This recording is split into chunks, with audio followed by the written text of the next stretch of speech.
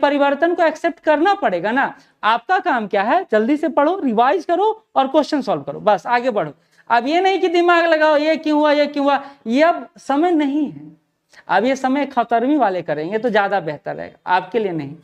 तो परिवर्तन को स्वीकार करिएगा ना, परिवर्तन को कैसे नहीं स्वीकार करिएगा।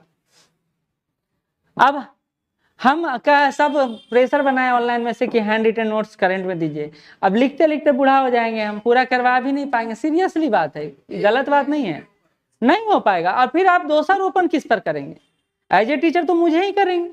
तो मैं भी थोड़ा सा, मैं बोला खुद भी कि मैं खुद भी डरा रहता हूँ करंट अफेयर से, 69 में जो उपद्रव मचा है। तो हम लोग खुद भी तैयार इस लेवल पर कर रहे हैं कि हम लोग पूरा ही सामूहिक करवा दें। जैसे आज के क्लास की बात पहले कर लेते हैं, फिर पीडीएफ पर आते हैं। नहीं, कुछ नहीं करेंगे हम इस बार, नहीं तो आप लोग हमको बोलने से बाज नहीं आइएगा, हमको पता है ना। नहीं, एक बात आपको याद दिलाते हैं, जिंदगी में एक बात याद रखिए, जिसको एक बार देख लिए हैं, जो टॉपिक आपके आंख से गुजरा है, कल होके वो सामने आएगा तो एन के प्रकार आपका दिमाग वहां पर जरूर जाके रुकेगा। नहीं पढ़िएगा, कितनों आएगा तो आप नहीं बना पाएगा, ये बात समझ के रखिए। आपको लगता है ना कि नहीं याद है, तो 99.9% लोग को याद नहीं है। आज याद रखिए, आप किसी से पूछिए जाके कि वो थोड़ा याद है, तो क्या बोलता है, किसी को याद नहीं है।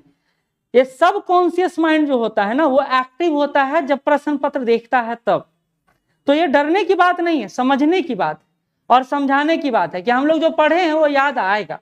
कब याद आएगा, जब क्वेश्चन हमारे सामने आएगा और ऑप्शन आएगा। सबके साथ है, पर आप बोल रहे हैं, हम बोल रहे हैं ना, आप हॉस्टल में रहते हैं, आप जाइए सबके रूम पर सर्वे कीजिए कि हाँ, नहीं वो अलग बात, सर्वे कीजिए आपकी क्या आप पढ़े हुए याद है, तो आपको पता चलेगा कि याद नहीं है, याद नहीं उनको। क्यों?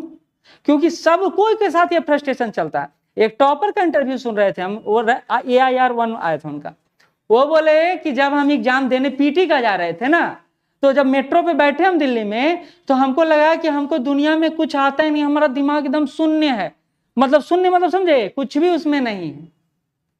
और जब पीटी का पेपर लेके बैठे तो हमको धीरे धीरे सारी बातें याद आते चली गई, और अब देखिए पीटी क्लियर हो गया, मेंस क्लियर हो गया। तो टॉपर ये कहता है कि हमको नहीं पता है कि हम पास करेंगे। कल ही तो एक लड़का से बात हो रहा था, 2-3 बार मेंस दिए हैं, लगातार पीटी क्लियर किए, वो बोले सर 69 तक तो ठीक था, 70 में काहे ज्यादा डर लग रहा है। सबको डर लग रहा है, क्यों? क्योंकि पोस्ट अच्छा है, सबको है कि नहीं हमको इसको प्राप्त करना है, और हमेशा दिन डिसाइड करता है, आप नहीं, वो दिन आपका होता है। ये याद रखिएगा हमेशा ये बात, वो दिन आपका होता है। आज 50 नंबर ला रहे हैं तो हो सकता है कि 90 नंबर तक पहुंच जाए। लड़की लोग को क्या है, 75 नंबर ले आए, सुखी रहिए, टेंशन छोड़ दीजिए। 75 से 80 ले आए, आपका सिलेक्शन इस बार पक्का है लड़की लोग का। क्यों? क्योंकि उनका कट ऑफ कम जाएगा ही जाएगा। क्या पूछिए, अभी ज्यादा पढ़ाने से बेहतर है कि आपको मोरली आपको सपोर्ट किया जाए कि आप कर सकते हैं। ऐसा दुनिया में कोई काम नहीं है जो आप नहीं कर सकते हैं। हमको एक ही बात याद आता है, और विकास जी का फोटो होगा ये लगा हुआ है, वो पहला बार में बने RO, दूसरे बार में बने DSP। वो बोले एक ही बात, 7 दिन में हम BPSC करवा रहे हैं, 7 दिन में। उनका इंटरव्यू रखा, ओ चैनल तो है नहीं मेरे पास, इंटरव्यू में वो बोले, विकास कुमार नाम होगा।